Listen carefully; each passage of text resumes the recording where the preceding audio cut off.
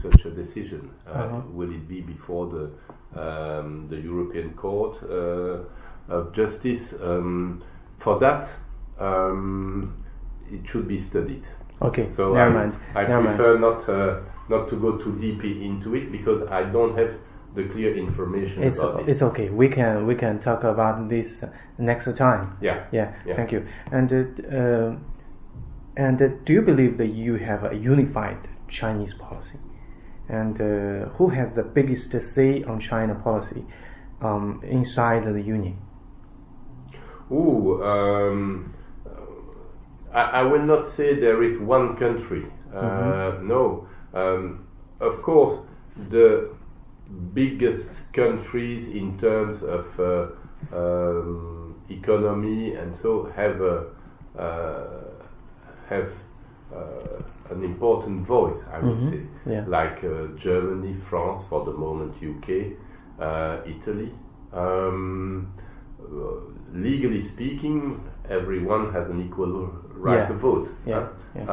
But in practice, in reality, it is true that the big EU countries, in terms of economy, when they speak, people listen to them.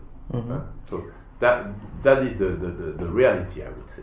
Okay, so but you have, recently we have seen some cases like some policy, for example, on the human rights of China, and this kind of suggestion was vetoed by some smaller countries, like Italy, like Greece, or some countries else. Right. And do you think this gonna happen and more in the future? That could be, especially from the countries having a stronger economic ties with China. You mentioned Greece, indeed, because Greece was in a very bad economic situation. There have been some heavy investments from China, so Greece wants to keep a good relationship with China, and you have seen eventually in some votes, like in the human rights vote. So in the future, some countries more closer to China economically could be more sensitive to these kind of issues. Yes. Yeah, but I don't know whether this kind of economic relations, closer economic ties.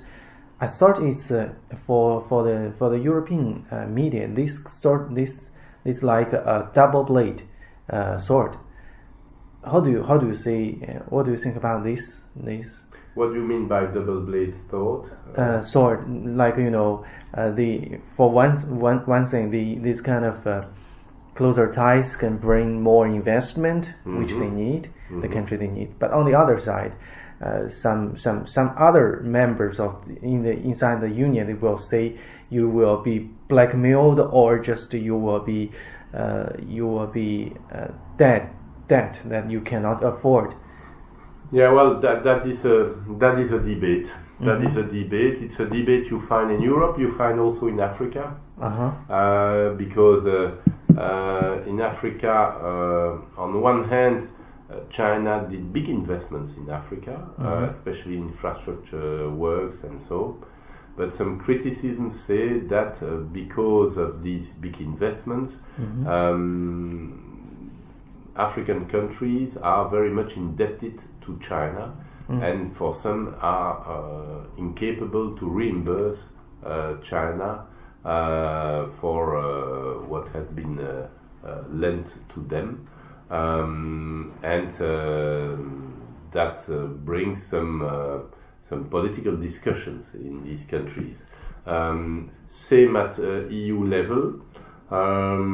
You find this discussion you find also, for instance, with the Confucius Institutes that have been established in many European countries, some of them being based within universities, and within some universities there are discussions by saying, well, by having a Confucius Institute financed by China, or academic liberty is not fully respected, as there are some topics we cannot discuss.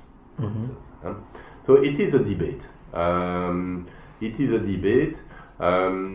What I see personally is that the fact that you have a Confucius Institute in some universities, these Confucius Institutes never mixed with the management of the university, never mixed with, I would say, positions universities could take. So I think we have to look at it a little bit smoothly. We all know and respect China's policy on a certain number of topics. We also have our own vision of human rights, for instance. There are places to discuss. There are places for dialogue on these questions. What I note is that in 40 years' time, human rights protection in China has improved. That is something you have to see also on an historical perspective. That is something I would say positive. Yeah, and so you have just mentioned a lot about the culture exchanges. And what do you think the current development of mutual trust between China and the EU? Well, I think to develop mutual trust, you have to pass through culture and education. If you know each other better, that will help your relationship. Usually when you have a lot of tensions, it's because you don't know the other party. By having more universities, schools, where there are courses on Chinese culture on one side, on the European cultures on the other side, on the Chinese language, you have more people learning to know more about China. And I think we should promote that. We should promote more cultural events between Europe and China. That more of our European artists would go to China to show what is our modern tendency in art, being painting, being music, being whatever. And the same with China. You see, very often people on the street are afraid. Who are these Chinese? They are all the same. No, they are not the same. They are human beings. They have their own thoughts. They are from various regions of China with their own characteristics. They have some way of thinking. It would be interesting to understand their way of thinking. You see, so to understand each other better, you have to pass through culture. You have to pass through education. The fact that you have more and more relationships between European universities, Chinese universities is excellent. The fact that we have a certain number of Chinese students in our universities, that is good, because these young students, they know more about Europe. When they will come back to China, they can explain our way of thinking. And the same with our European students going to China and coming back here to Europe. I think yourself, speaking so well English, you have surely studied in some way abroad, and you understand then better the mentality. And it's important. It's important that more and more people in China understand a little bit our way of thinking. And for us, the same with the Chinese. If we don't understand each other, that's the best way to go to conflict, to go on erecting borders. Yeah. So talking about the cultural events, I thought you have personally take part in many these kind of events organized by Chinese companies or Chinese authorities. Yeah. And for me, as a reporter, to my view, I thought some of these kind of events are not not satisfied, not reach or satisfied their goal, because maybe they are very they have developed this kind of events in a pushing way, not so smooth and not so a natural way. Right. Yeah. So how do you have any suggestions for this kind of events? It's difficult. I think there are many ways. There are, I think, by favoring the exchange of artists, to have artists coming from Europe going to China, coming from China going to Europe, to favor that would be something important. To favor also more schools for languages and culture. That is important because you reach then, especially in high schools, to have. It would be important that in each high school in Belgium, for instance, there would be the possibility for the students to follow some Chinese language courses. That would be ideal. It is not the case. Only a few ones have that. But to generalize that would be, I think, something good. In China, you have more and more people learning a second language. Yeah. I think that is something important. Yeah. But no, the fact that you have a certain number of cultural performances, it is not bad in some way. Okay, it will not reach everyone, but if you can attract some people who would never have gone to a Chinese performance before, well, okay, following that, some of them can think, I will try to learn more about the country, more in that sense. So it's a long-term procedure. It will not be done in 1 year time. No, it's on the long run. Yeah, I totally agree with you. And so just take an example of what you have mentioned. You suggested China to generalize the language terms, language class here in Europe. But this gonna be a huge project. But in China, we did we do huge projects in a different way compared with the European countries. If we need the governmental forces in China, if we want a huge, but if we do this kind of huge project in the Chinese way, I mean, with the support from Chinese government, then there will be another round of China's threat. Do you think this is a dilemma? I don't see it like that. First of all, there are not so many Chinese performances here in Europe. When you see in general, it's once in a while. I don't think it would be seen as a threat. It is more seen as a curiosity.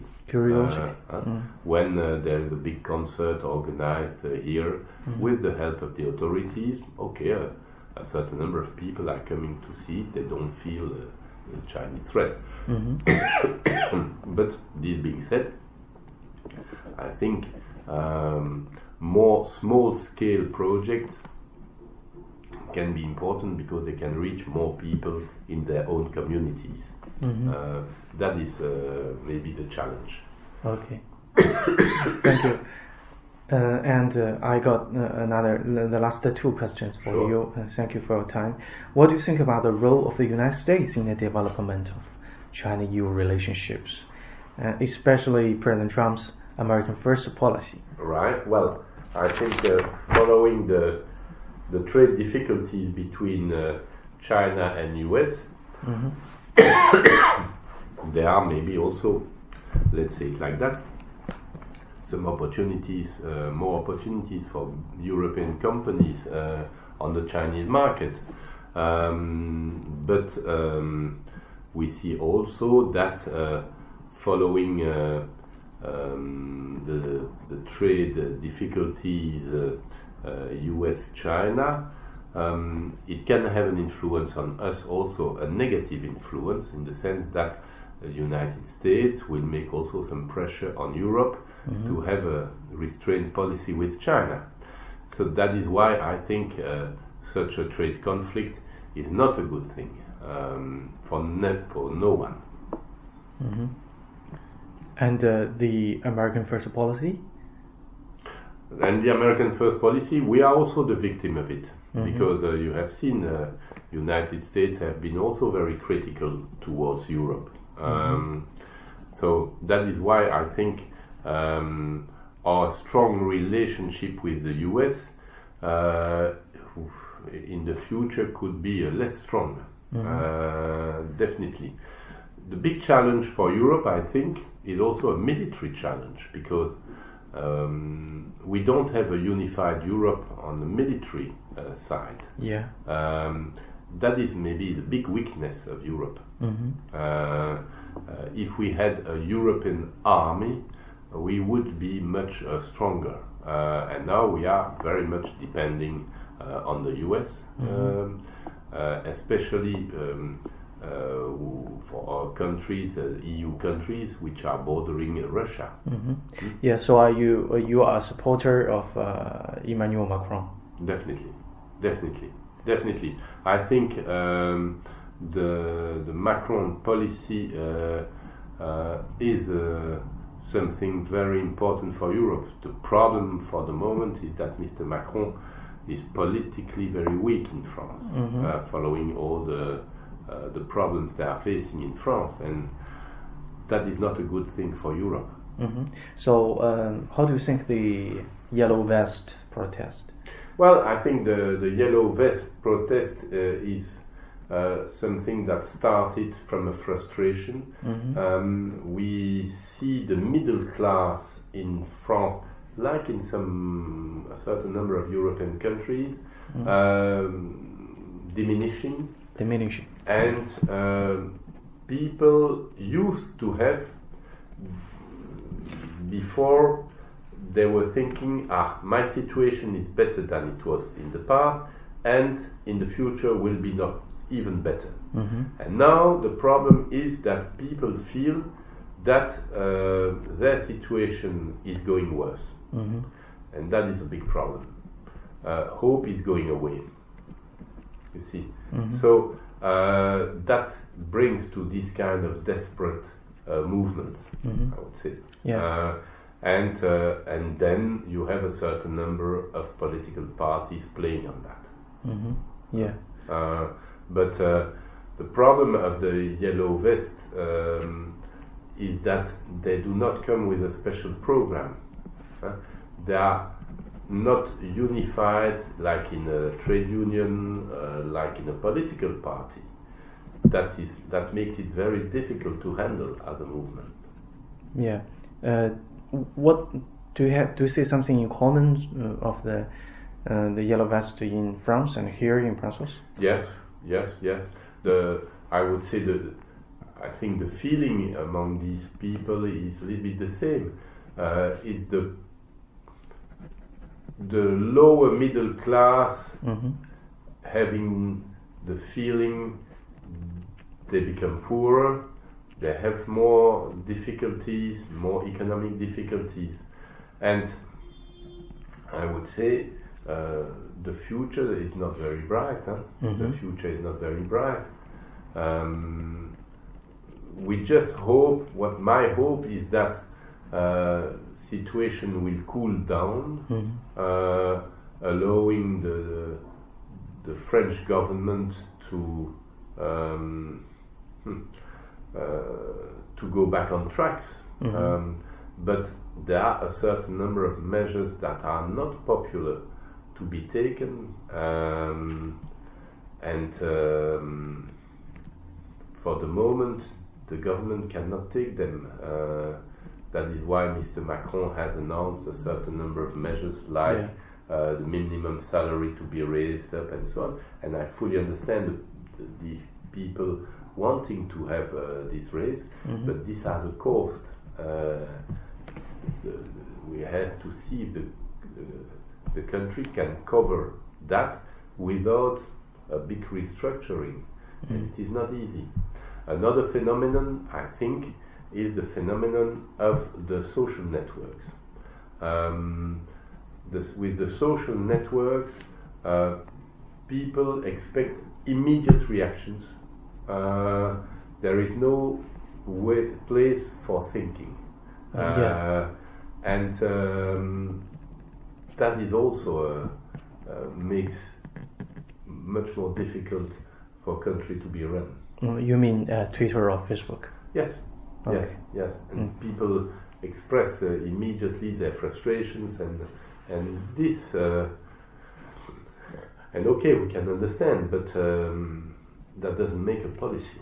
Yeah, but you know, they also, the Twitter or Facebook, the government also have Twitter or Facebook. But it is when government is using that, people will say it's just the government propaganda. And also with Twitter and Facebook, everyone is on the same level. The citizen in his small room has the same voice as the president making a Twitter. Yeah, you see, that's terrible. That is not easy. Also, with the new television channels with 24 hours news. I saw that in the coverage of the Yellow Vest, where reporters continuously go and ask the opinion of each of the Yellow Vest, and each one has something to say. It's usually Macron should resign, and what? What? That's not a program. You see? So I see. I totally agree with you. And they get as much importance as the Prime Minister who would try to explain his policy. Exactly. You see, so it's there are some mistakes that have been made by Macron, especially in his communication and so on. But fundamentally, his policy was meant to bring France back on track, economically speaking, and so on. Yeah. And now it's a big question mark. Yeah. Thank you. And my last question is: are you positive or negative about the future of China-EU relationship? Alors, personally, I'm an optimistic. So I think the relationship will continue to improve. I think it is our interest of both sides, EU side and Chinese side. There will be some difficulties, but there are enough places for dialogue to discuss that and to find a common solution, a common agreement. Thank you very much. No. And thank you for your time. No, with pleasure. Yeah.